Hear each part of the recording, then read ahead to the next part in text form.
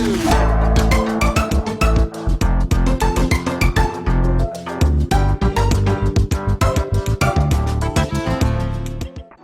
going on, guys? D-Ninja here, and welcome back to another edition of Arena EDH.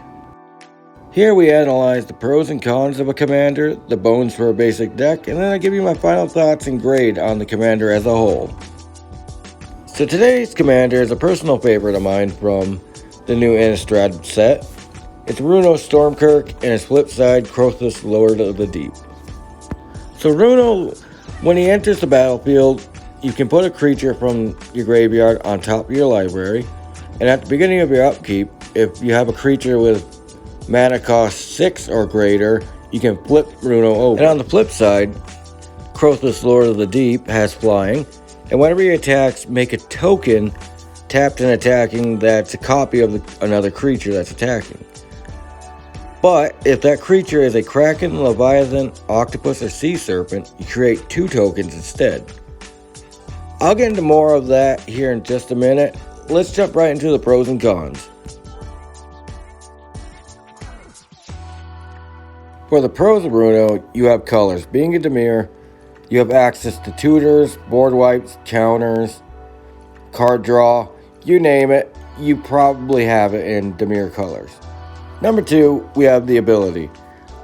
That's a double-edged sword. I will cover that also in the cons.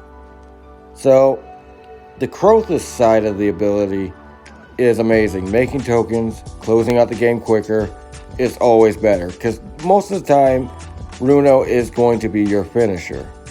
And number 3, versatility. You can play a Runo a myriad of different ways. Like, I've tried mill decks with him, I've tried straight up control, mid-range, aggro. He can facilitate almost any style of deck, which is amazing. But with that out of the way, let's jump right into the cons. So first up for the cons, I'll get it out of the way. Restrictive ability. Runo is like a Delver of Secrets, except you need 6+ mana cost creatures to flip them over. Number 2, needs setup. This kind of goes with number 1, but you're going to be sitting on a 1/4 unless you got creatures in your graveyard. But there is ways to set this up.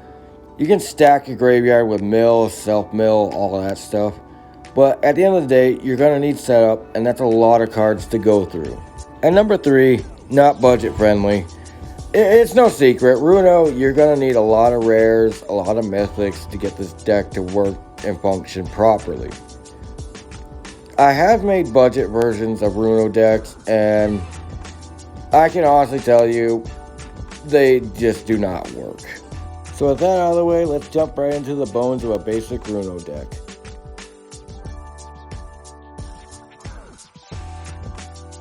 So the basic strategy of a Runo deck, you're going to want control, big creatures, and probably some graveyard setup or recovery.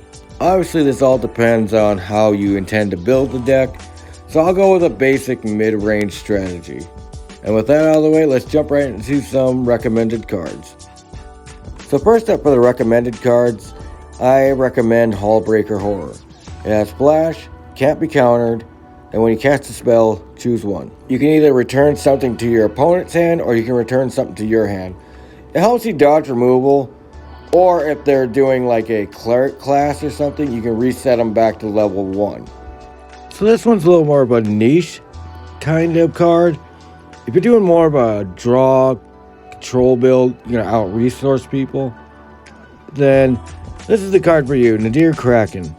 When you draw a card, pay 1, put a +1/+1 on it, and make tentacle tokens.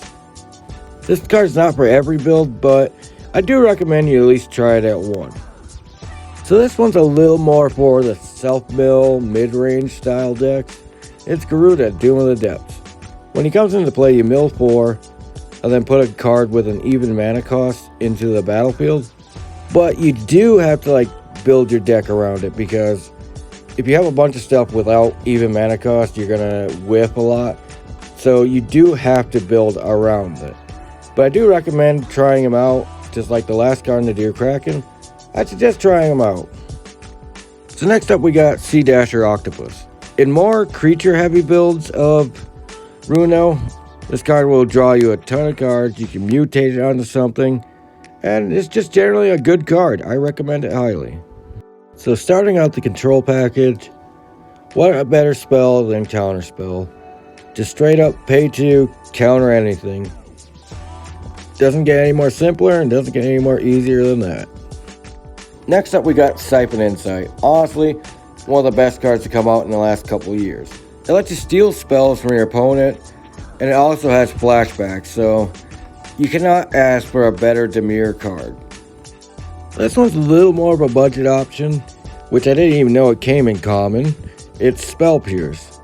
So it's kind of like a better negate, because it only costs 1. You counter anything except for creatures, unless they pay 2. And if you get this in the early game, you can really shut down some decks. So next up you find the Villain's Lair. This is a great card because it allows you to either counter something, or you can draw 2 and discard 2, which helps you set up your graveyard for future plays. So another one of my new favorite cards, Consider. Look at the top card of your library, you may put it into your graveyard, draw a card. So it's like a kind of a power crept Opt, but Opt still has its places, but Consider just seems to be a little better when you're trying to set up the graveyard. So next up, probably one of the best cards in the deck, Brainstorm. Draw 3, put 2 back on top of your library, and that's it. It helps you set up for future Runo plays, it unbricks your hand for a turn, and overall, just an amazing card.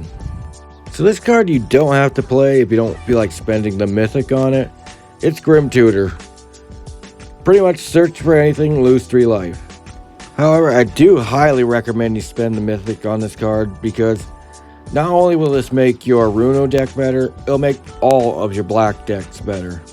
Just a simple pay 3 life and you can have anything in your deck. Next up is Return Upon the Tide. It has Foretell, so you can dodge Thoughtseize and all that. And it lets you return a creature straight from your graveyard to the battlefield. So it's a good way to get Runo back if you have it in your hand and Runo happens to die. That way you can dodge like commander attacks and all that. But honestly, I like this card. So this card is more for the self-mill, the mid-range style of Runo decks. It's Port of Carfell. So it allows you to sack it, mill 4, return something from your graveyard to the battlefield tapped. With a little graveyard setup, this card could actually come in clutch. You never know until you try it. So I'm going to try to pronounce this as best as possible, but we got Slinbada, the Rising Deep. I hope I pronounced that right. But anyways, what does Slin do? If you pay his kicker cost, you can bounce everything from the field back to their hands except for Merfolk, Krakens, Leviathans, and Octopuses. Honestly, you won't be pulling that effect off very often, but if the game goes super late and he's in your hand, might as well just toss him out there and bounce everything. So finally, for our recommended cards, we got Lockmire Serpent. I hope I pronounced that right. It has Flash, Blue, sack an island, can't be blocked. And it's got a pay a black, sack a swamp, gain a life, draw a card. And for blue and a black, exile 5 cards from your opponent's graveyard, return it to your hand. So once again, this card is really for the late game. Well, mid to late game. And unless it gets exiled, you can just keep bringing this thing back out over and over and over again and disrupt their graveyard. So, solid card, highly recommend it. So rating Runo as a commander is a little difficult, but I will give it my best shot. If you disagree with me, let me know in the comments. But for ability, I'm going to give him a 2 out of 5. His ability is quite the double-edged sword, and most of the time you're going to be sitting on a 1/4 with no protection. For effectiveness, I'm going to give him I guess a 3.5 out of 5. The biggest problem with Runo, you need a lucky top draw, or you need a lot of graveyard setup to make him very effective. Otherwise, like I said many a time in this video, you're going to be sitting on a 1/4 with no protection. So for consistency, seeing how we are playing Dimir colors, we have a lot of access to card draw, tutors, and whatnot. But more often than not, you might brick and you might mull down to 5. So I'll give it a 3. For power, if you can get Runo to flip over, you can hit for quite a bit and finish out games very quickly. And you do play a lot of Leviathan, Sea Serpents, and all that. So for power, I'll give it a, well, I'll be generous, 4 out of 5. You can, like I said, you can hit extremely hard, but don't expect to do that very often. So for recovery, we are playing, like I said before, Dimir colors. And Runo himself gives you a lot of recovery after a board wipe or anything like that. So as long as they're not exiling your cards, I'll give recovery a 4 out of 5. That overall is his best attribute in the deck. So for his overall, I'm going to give him a 6 out of 10. He can do amazing things, but at the same time, you do need a lot of setup, and you honestly don't really have the time to set that up in Historic Brawl most times. So these would be my final thoughts about Runo, and I'll try to keep it as brief as possible. But Runo, one of my favorite commanders to come out in a long time. There are so many ways to play the deck, there's so many ways to build the deck, but overall I think he really exemplifies control. Slow and methodical, waiting for your opponent to mess up, making them mess up so you can capitalize on it. So that's kind of why I gave him an intermediate to expert level skill level. And I do wish he was a little more budget friendly, but what can you do? But anyways, I'm D Ninja. I hope you enjoyed the video, and I'm signing out. Bye bye now.